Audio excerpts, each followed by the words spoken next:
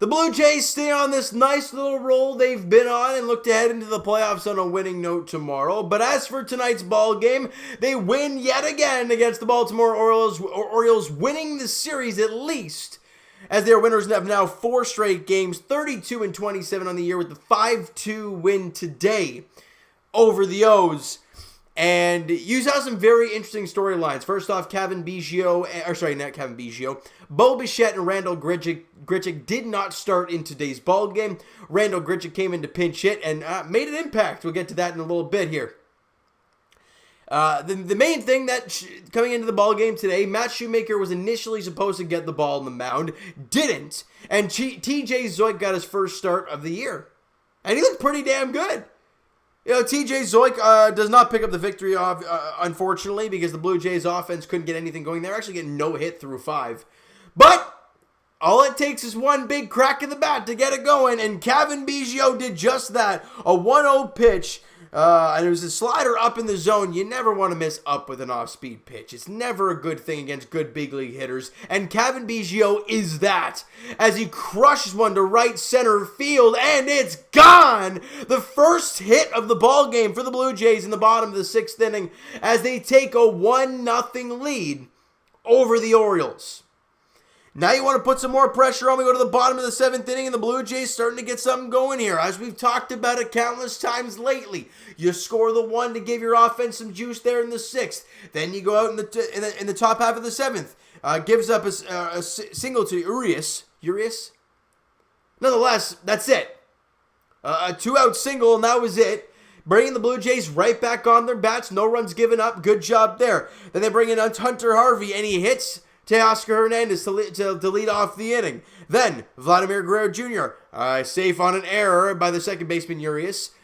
And now, Hernandez up at second. Vladdy at first base. And that's what happens when you get the Orioles, right? They're not a very good ball team, so you get hit by a pitch, and then you get an error, and now you get runners in scoring position, or a runner in scoring position with nobody out, when in real fact you shouldn't have any business with that, at least, from the way that inning played out.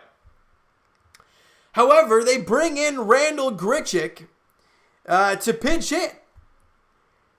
And it was the smart move. He might have come in actually earlier in that ball game. I don't remember whereabouts he came into that game. No matter what, though, Gurriel's a couple of bats, strikes out twice. They bring in Grichuk, and he hits the ball deep to right field. It's got the distance if it stays fair, and it's gone! Randall Grichuk, a 3-run shot, his 12th home run of the year, puts the Jays up 4-0 now with the 3-run shot by Grich, and it's great stuff from there. But then at the top of the 8th inning, they get a couple of runs. Iglesias with an RBI double, Mountcastle with an RBI single. They cut the deficit in half. It's 4-2. And then the bottom of the 8th inning, the Blue Jays, again, they extend their lead yet again, right? They bring in Tanner Scott to face Kevin Biggio, and he singles to center field.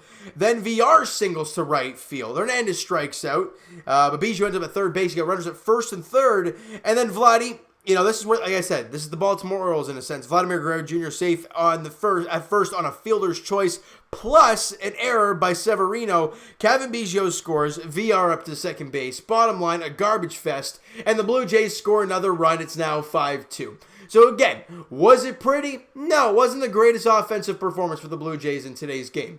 But it's a win. You were facing a rough team. You got enough good pitching to win the ball game. Plain and simple. You got some timely hits, you got a couple home runs in the game, and you're able to do a good job later in the game hanging on to it. And in the top of the 9th inning, the Blue Jays go out there and go 1, 2, 3. Great job by Anthony Bass to get the 4-out save, and the Blue Jays win it. Bass with his 7th save of the year, and as I mentioned earlier, 4th straight win for the Blue Jays, 32-27 on the year. The final game of the regular season before we get going on the playoffs is tomorrow afternoon, 3:07 first pitch at Salem Field. It's Keegan Aiken on the mound for the Orioles and Tanner Roark on the mound for the Blue Jays. And why not put Tanner Roark out there? Because you're probably not going to see him pitch for the Blue Jays, at least in the first round against we don't know who the heck it's going to be. Because a lot rides on tomorrow's ball games. And Jays fans, I want to hear your guys' takes on this, because there's lots of things to go off of with this. Let's say the Jays win or the Jays lose, but the Yankees win. The Jays stay in the 8th seed. They play the Tampa Bay Rays. But let's say the Blue Jays win and the Yankees lose. Well, the Blue Jays jump the Yankees for 5th, and they play the number 4 seed. I don't know if that seed's actually been locked down as of yet, whether it's the White Sox, the Twins, or the I don't know who the heck it's going to be. You guys can let me know. But it's not the Yankees. It's not the Rays. It wouldn't be Houston. I don't think it would be Oakland either. So you're either facing, I think it's Chicago or Cleveland. So what do you want to happen? I mean, there's so many different options here. I mean, I'd love to go ahead of the Yankees and just sit there, even if you lose 3 straight in that wild card series. If you can say you led it ahead of the Yankees, I'll take that any day of the week. But in order to do that, the Blue Jays have to win tomorrow and the Yankees have to lose. That is straight up, period. You know, the Yankees do not want to face the Tampa Bay Rays, period. The Yankees got slaughtered by the Rays all year long. So if you're the Blue Jays, you want to play spoiler for the Yankees as well, yeah, you want to go ahead of them. You know, I don't know how they want to play this out, but all I know is that I want to see my team win. So tomorrow's game, Roark and Aiken are pitching. Obviously, Roark has had a terrible season other than his first start of the year, really. So I don't expect much out of tomorrow's ball game, but even if they lose, whatever. You know, you play the Tampa Bay Rays, you're still in the playoffs. That's really what matters to me in the long run. And the question still remains, who's pitching game 1? Because we have no clue. The questions were asked to Charlie today, is Ryu your starter? He never said anything. Well, we want to have options. What does that mean? Does that mean you could go, since you only threw innings for Taijuan Walker, is that him going? Did you pitch Shoemaker today? Is he going? I don't know what's going to happen. Charlie's got something up his sleeve. Is Ryu going to go game 1? I'd be shocked if he's not. But it's going to be interesting to see how it all plays out. Now let's quickly go through the stats real quick from today's ball game before we really quickly preview the finale of the series, and then we'll wrap this thing up. All right, guys? So, Kevin Biggio, a great night of the dish. He was 2 for 4 in the game, scored 2 runs, had the home run of the RBI, of course. He's hitting .253 on the season. Good job for him. Jonathan VR, 1 for 3 in the ball game. He also walked once and stole 2 bases and had a very, very nice stolen base at third base. That right there is the heads-up play of Jonathan VR. You know, people can harp on him for defense early on and the inability to get hits, really. But you'll never count him out with his speed. Because that was just catching the Orioles napping. They were just, they were basically just playing catch the pitcher and catcher. VR sees it, the soft throw back to the pitcher. VR takes off for third. It was very close. He was safe. And great job. 2 stolen bases for Jonathan VR out there today. He's hitting 200 as a Blue Jay. Not very pretty, but again, 1 for 3 with a walk and 2 stolen bases. I'll take that. Good job for Jonathan VR. Tasker Hernandez went 0 for 3 in the ball game, but came around to score when he got hit by a pitch. Vladimir Guerrero Jr. went 0 for 4 with a run scored in the ball game. So not the greatest at-bats for Vladdy today, but again, scored a run, made an impact on this team. Yeah, he reached twice, but it was on errors both times. And Lourdes Gurriel Jr., as we mentioned, 0 for 2 with 2 strikeouts. But then Randall Grichuk with a big blow in the game today, 1 for 2 with the 3-run shot and a run scored for Grichuk, so a good job by him. Grichuk's hitting .274, guys. He's having a great season. And Travis Shaw 0 for 4 with 3 strikeouts. Kirk went 1 for 3, of course, because Alejandro Kirk is an absolute monster at the plate. All right, and then pitching-wise, we saw some pretty good outings out there, I got to say. TJ Zoik, a very good start. We're so used to seeing strikeouts from Zoik, 5 innings, 5 hits, didn't walk a batter, that's what you like to see, and didn't strike out anybody.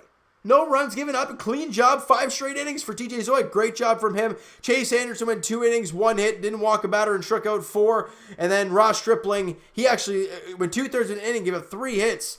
Obviously that big 8th inning where they scored a couple runs. But Ross Stripling did leave the game. I'm going to pull up this things here with apparent right lower leg injury. So he was diagnosed with a right lateral shin contusion.